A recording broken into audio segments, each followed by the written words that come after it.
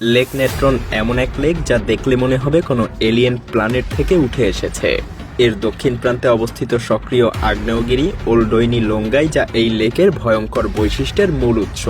এই আগ্নেয়গিরি থেকে নির্গত স্বাভাবিক সোডিয়াম এবং পটাশিয়াম কার্বনেট সমৃদ্ধ ম্যাগমা লেকের পানিকে করে তুলেছে অতি ক্ষারীয়। এর পিএইচ মাত্রা পৌঁছায় 10 থেকে 12 পর্যন্ত, যা মানুষের ত্বককে কয়েক সেকেন্ডের মধ্যেই ধ্বংস করতে পারে। লেকের পানির তাপমাত্রা প্রায় 60 ডিগ্রি সেলসিয়াস পর্যন্ত ওঠে, যা শরীরের টিস্যু গলিয়ে দিতে পারে।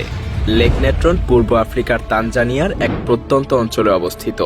এই লেক এমন এক বিরল প্রাকৃতিক পরিবেশ তৈরি করেছে যা দেখতে মনোমুগ্ধকর হলেও আসলে প্রাণের জন্য বিপজ্জনক। এর দক্ষিণ প্রান্তে অবস্থিত আগ্নেয়গিরি ওলডোইনি লোঙ্গাই, যা এই লেকের ভয়ঙ্কর বৈশিষ্ট্যের প্রধান কারণ।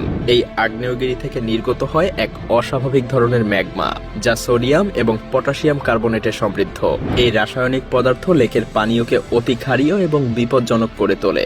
এমনকি এই লেকের পিএইচ মাত্রা 10 থেকে 12 পর্যন্ত হতে পারে, যা মানুষের ত্বক ধ্বংস করার জন্য যথেষ্ট।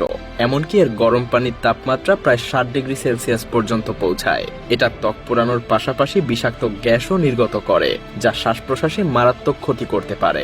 এমনকি এই লেকের পানি কোথাও প্রবাহিতও হয় না, এটা শুধুমাত্র বাষ্পীভূতই হয়। ফলে লবণের পরিমাণ আরও বাড়তে থাকে এবং লেক আরও বেশি ক্ষতিকর হয়ে ওঠে। প্রাণী বা মানুষ যে কেউই এর পানিতে পড়ে আর রক্ষা পায় না। কিন্তু এই লেকে একবার পড়ে গেলে আপনি কি করবেন, কিভাবে বেঁচে ফিরবেন? প্রথমেই মনে রাখুন, লেক নেট্রনের মতো একটা স্থানে পড়ে যাওয়া মানে সময়ের সাথে প্রতিযোগিতা করা। এখানে 1 সেকেন্ডের ভুল মানে আপনার মৃত্যু নিশ্চিত। প্রথমেই নিজেকে পানির উপরে ভাসিয়ে রাখার চেষ্টা করতে হবে, কারণ লেক নেট্রনের পানি এতটাই লবণাক্ত যে এটা খুব সহজেই আপনাকে ভাসিয়ে রাখতে পারবে। তবে এটাকে সুবিধাজনক মনে করলেও ভুল করবেন। এই লবণাক্ত পানি গরম এবং ক্ষারীয় রাসায়নিকে পরিপূর্ণ। এটা ত্বকের কোষ পুড়িয়ে এবং শরীরের টিস্যু ধ্বংস করে দিতে পারে। আশেপাশে যদি কোনো ভাসমান বস্তু যেমন কাঠের টুকরো, ভাঙা যানবাহনের অংশ বা কোনো প্লাস্টিকের সামগ্রী পান, সেটা ধরার চেষ্টা করুন। এটাকে আপনার শরীরের সঙ্গে রাখুন এবং পানির স্পর্শ যতটা সম্ভব এড়িয়ে চলুন।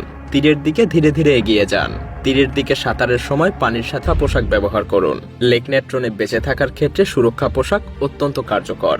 এটা আপনাকে কিছুটা সময়ের জন্য হলেও রক্ষা করতে পারবে, তবে এটা কোনো স্থায়ী সমাধান না। তাই আপনার কাছে যদি কোনো ড্রাই স্যুট বা কোনো ধরনের প্রতিরক্ষামূলক পোশাক থাকে, তাহলে সেটা দ্রুত পরে নিন। এটা আপনার ত্বককে সরাসরি পানির ক্ষতিকারক রাসায়নিক এবং গরম তাপ থেকে কিছুটা রক্ষা করবে।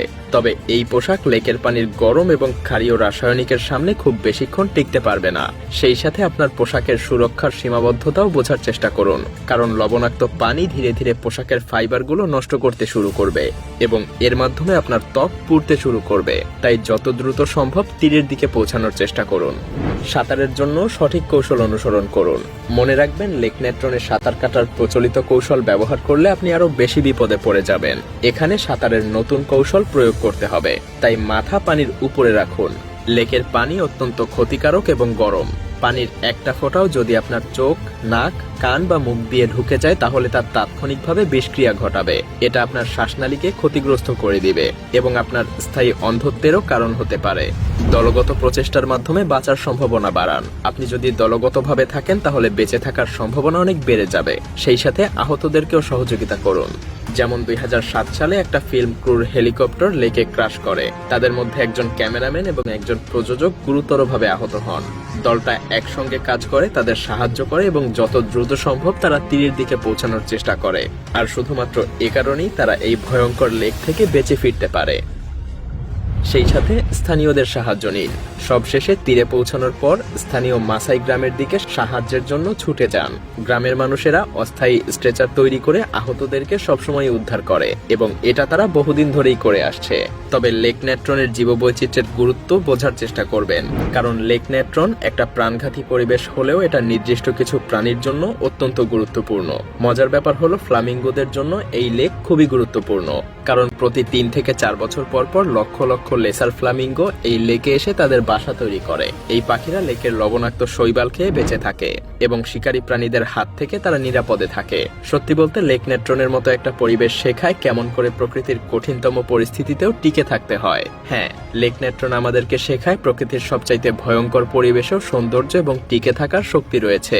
এটা কেবল একটা বিষাক্ত লেক নয়, এটা আমাদের প্রকৃতির এক বিরল বিস্ময়।